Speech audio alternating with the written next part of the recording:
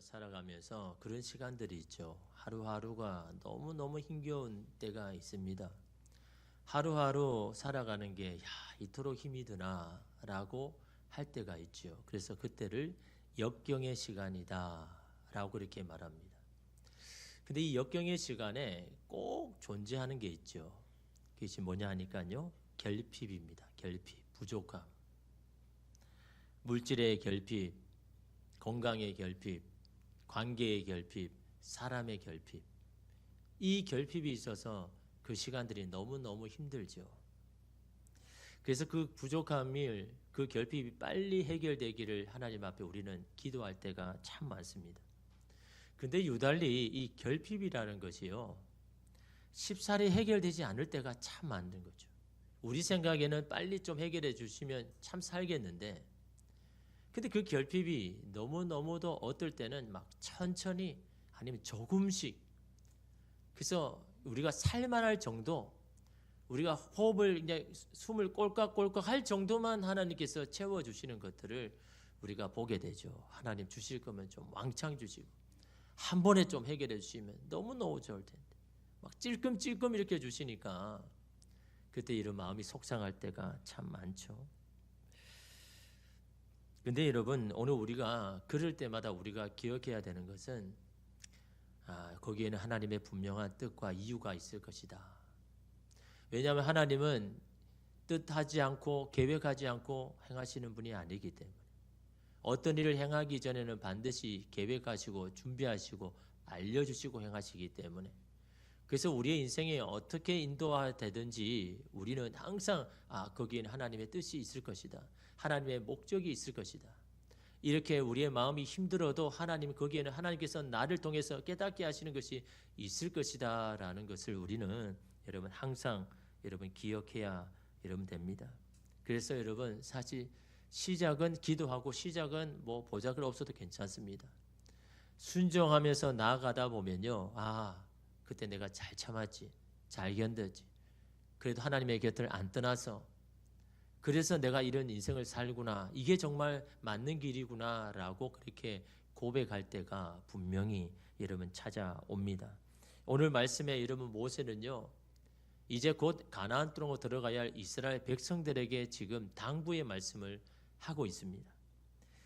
여러분, 40년 만에 들어가는 가나안 땅이잖아요.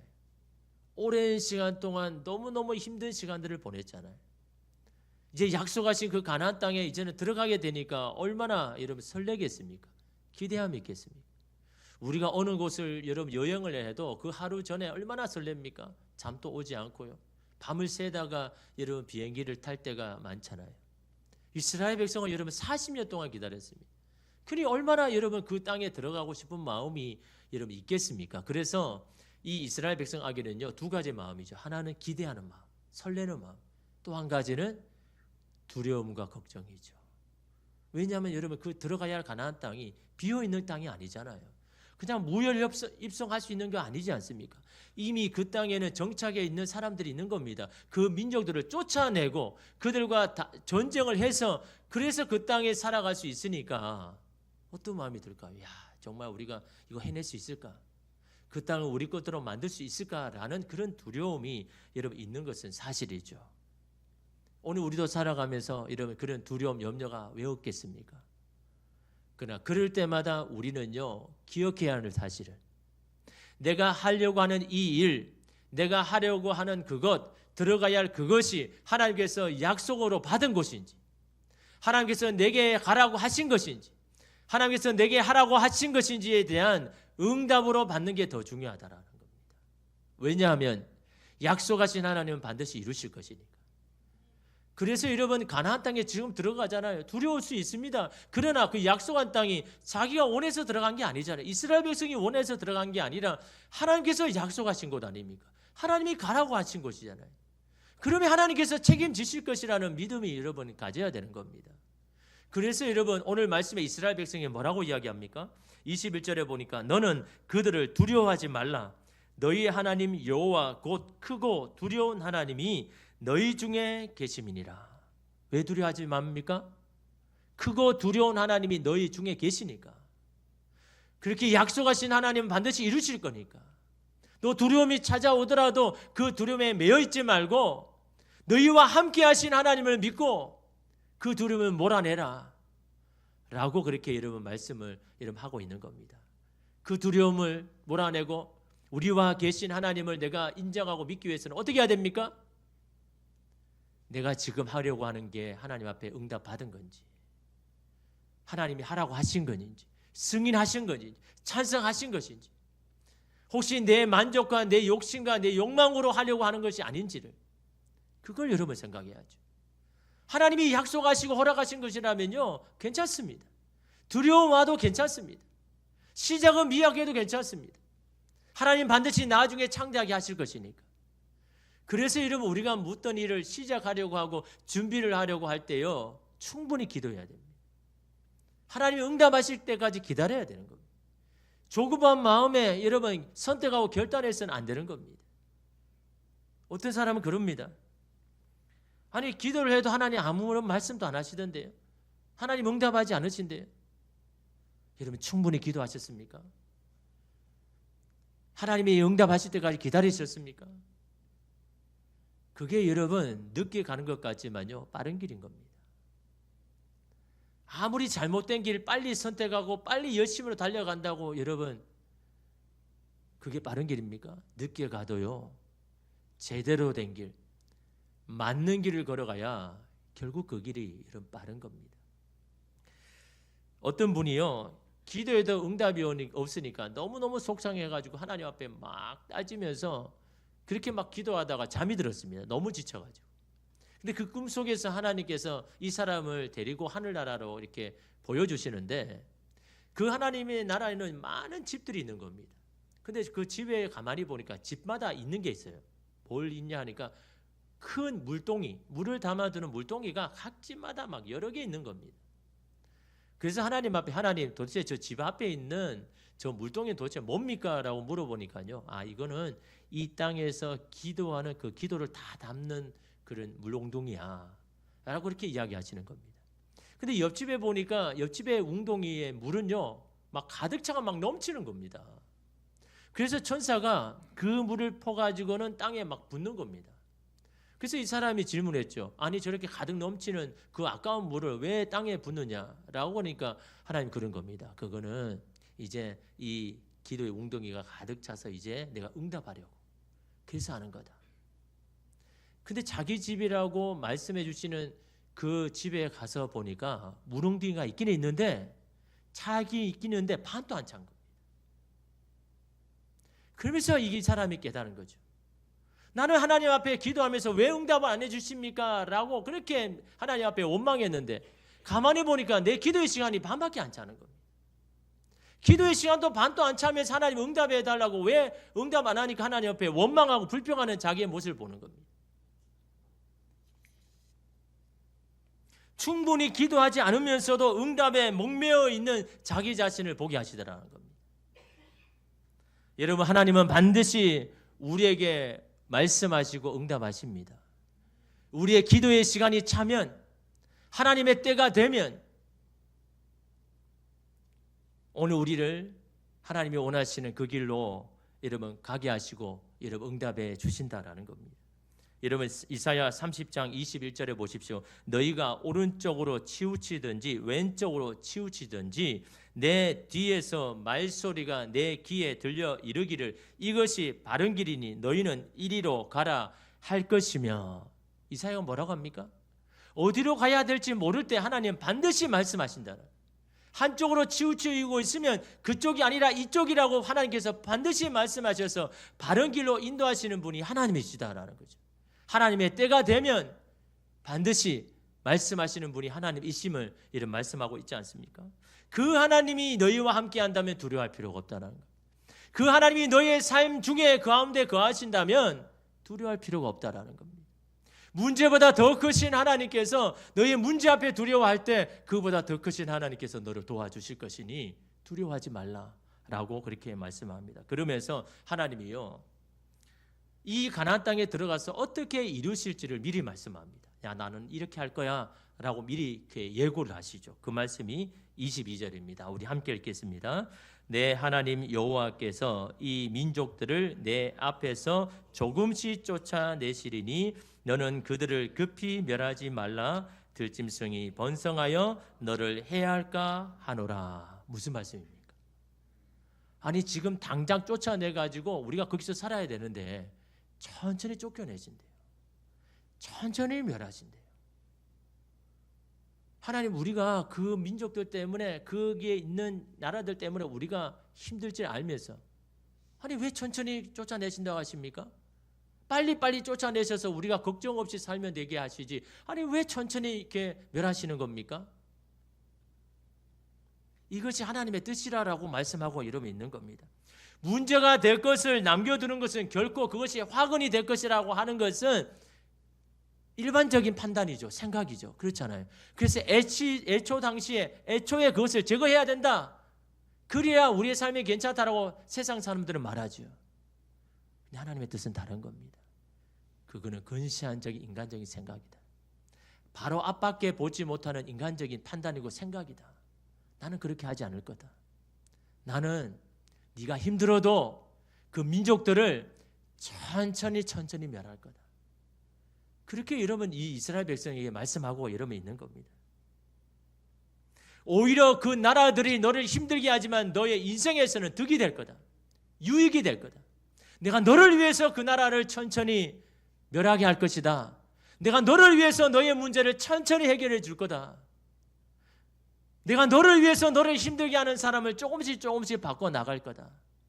여러분 그렇게 말씀하고 있는 겁니다.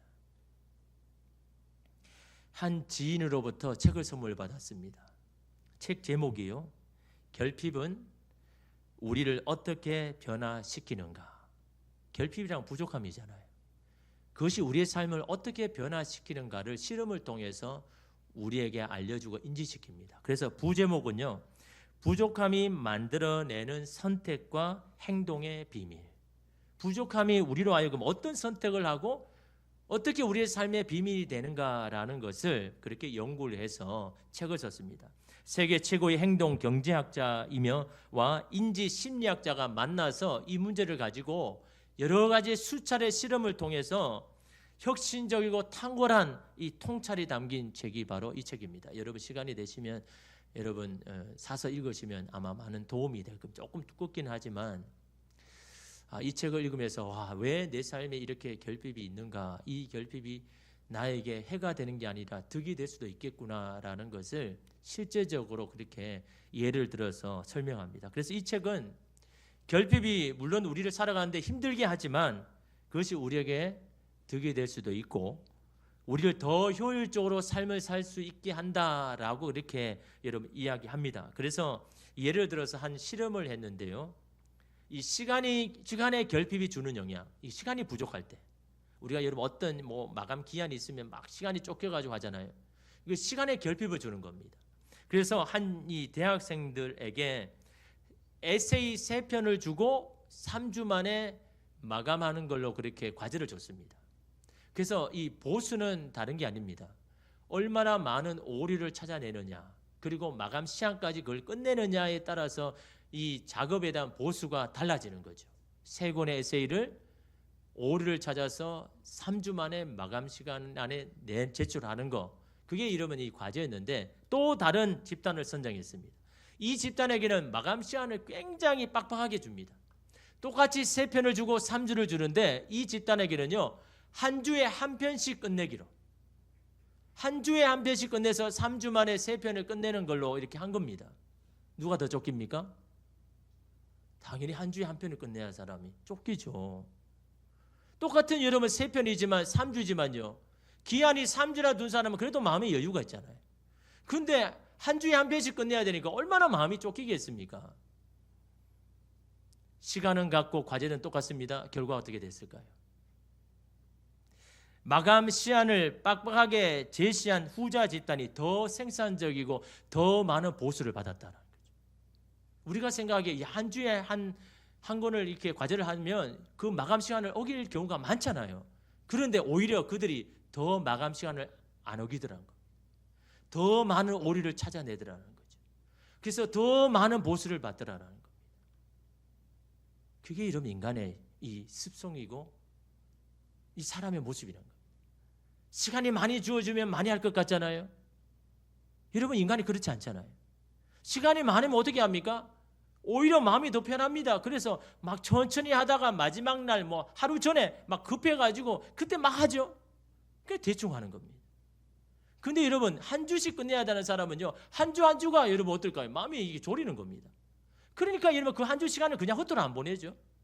그 한 시간에 집중해서 하다 보니까 더 많은 오류를 찾게 되고, 그러니까 그 시간마다 다 하니까 보수도 달라졌다는 거예요.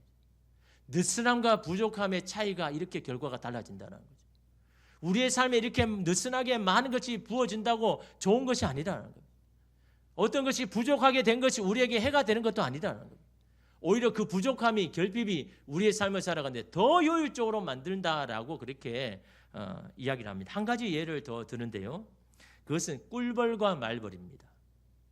여러분, 꿀벌이 집을 짓잖아요. 근데 어떻게 짓느냐 하니까 이 꿀벌은 먼저 꿀을 막 먹습니다. 막 개걸처럼 먹습니다. 그러고는 뭘 뱉어내냐 하니까 밀랍을 뱉어내죠. 근데 그 밀랍을 가지고 집을 만드는데 이 먹는 꿀의 양과 뱉어내는 이 밀랍의 양이 너무너무 차이 납니다. 이 밀랍의 1파운드, 이 450g을 뱉어내기 위해서는요, 꿀을요 8파운드나 먹어야 된답니다. 3.6kg를 먹어야 된다는 거죠. 3.6kg를 먹으면서 겨우 450g 이 밀랍을 만들어내는 겁니다. 그런데 이 8파운드의 꿀을 먹기 위해서는요, 이 한 벌이 꽃을 찾아서 그 꽃에 있는 것을 먹기 위해서 9만 번이나 왔다 갔다 해야 된대. 엄청난 노력을 하잖아요. 여러분, 9만 번 한번 생각해 보십시오. 9만 번을 왔다 갔다 하는 겁니다. 그래야 이 8파운드의 이 꿀을 먹고, 그리고는 이 450g, 이 1파운드의 밀랍을 만들어내는 겁니다. 그러니까 여러분, 밀랍은 얼마나 귀합니까? 그 밀랍을 가지고 여러분 집을 만드는데요, 캄캄한 빛도 없는 어둠 속에서 수백 명의 동료들과 함께, 관리하는 감독자도 없고 도면도 없고, 그렇게 해서 이 꿀벌들이 집을 만들어내는데요, 그 벽의 각도가 정확하게 120도라고 하죠. 그래서 육각형으로 이렇게 만들잖아요. 근데 여러분, 그 각 벽의 이 두께가요 0.1mm, 눈에도 잘 안 보입니다. 1cm에 10분의 1, 0.1mm, 100배죠. 0.1mm 이 별집의 이 두께가.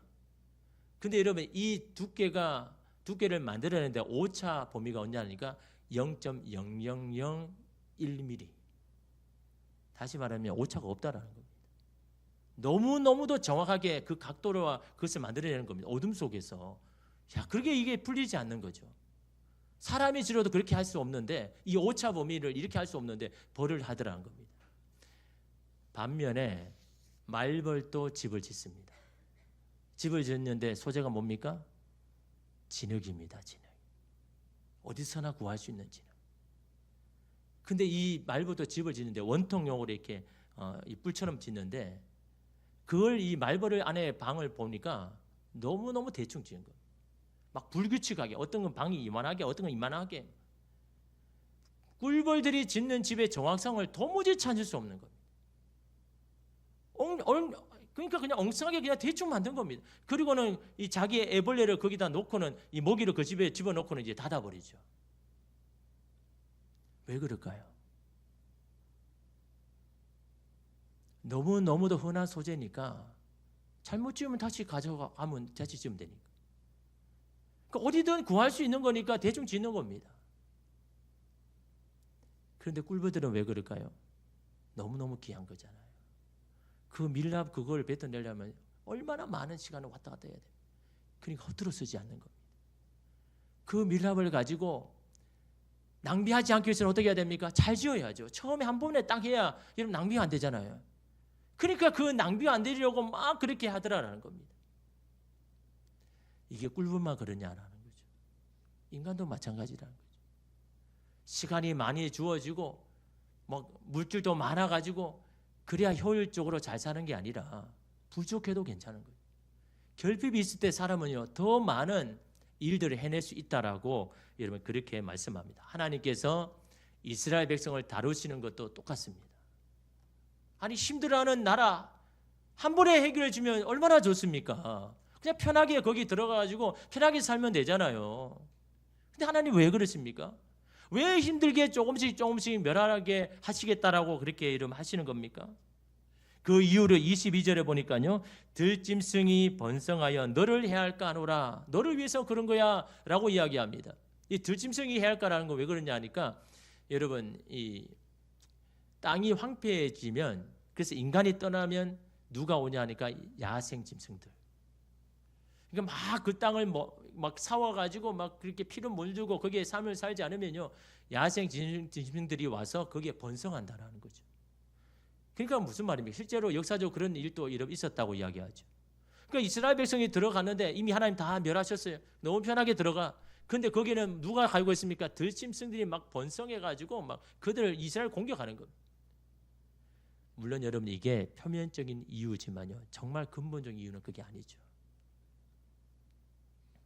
이스라엘 백성들이 하나님을 믿고 있고 하나님의 은혜를 잊어버리고 타락할 때에 주변 국가들을 사용하여 이스라엘 백성들을 벌주고 회개시키게 하기 위해서, 이스라엘이 하나님의 뜻을 버리고 다른 길 우상들을 섬김으로 멸망의 길로 가려고 할 때 그들을 주변의 국가들을 사용해서 그 길로 가지 아니하도록, 멸망하지 아니하도록 살리려고 그 주변 국가를 내버려 두신다.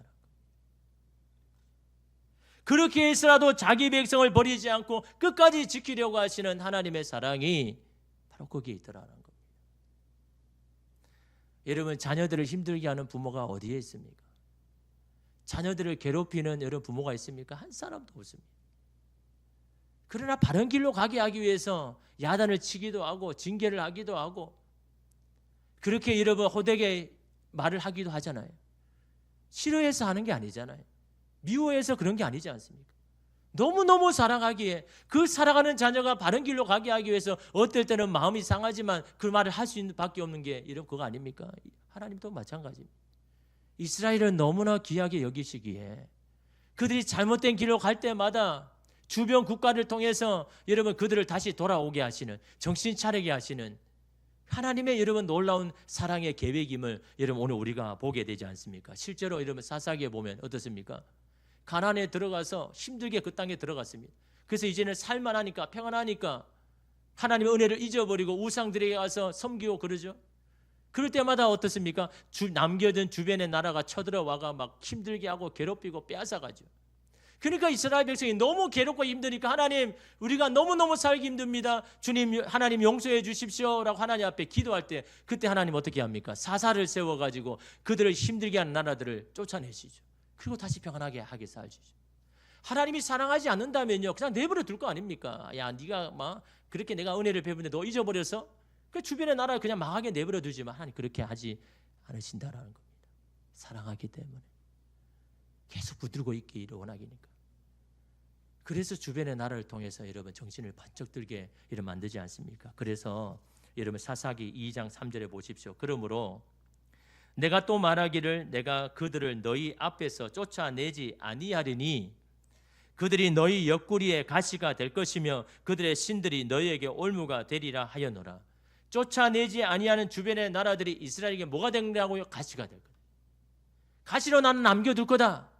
나는 멸하지 않을 거다. 그들을 너희에게 찌르는, 옆구리에 찌르는 가시가 되게 할 거다. 가시에 찔리면 아프죠.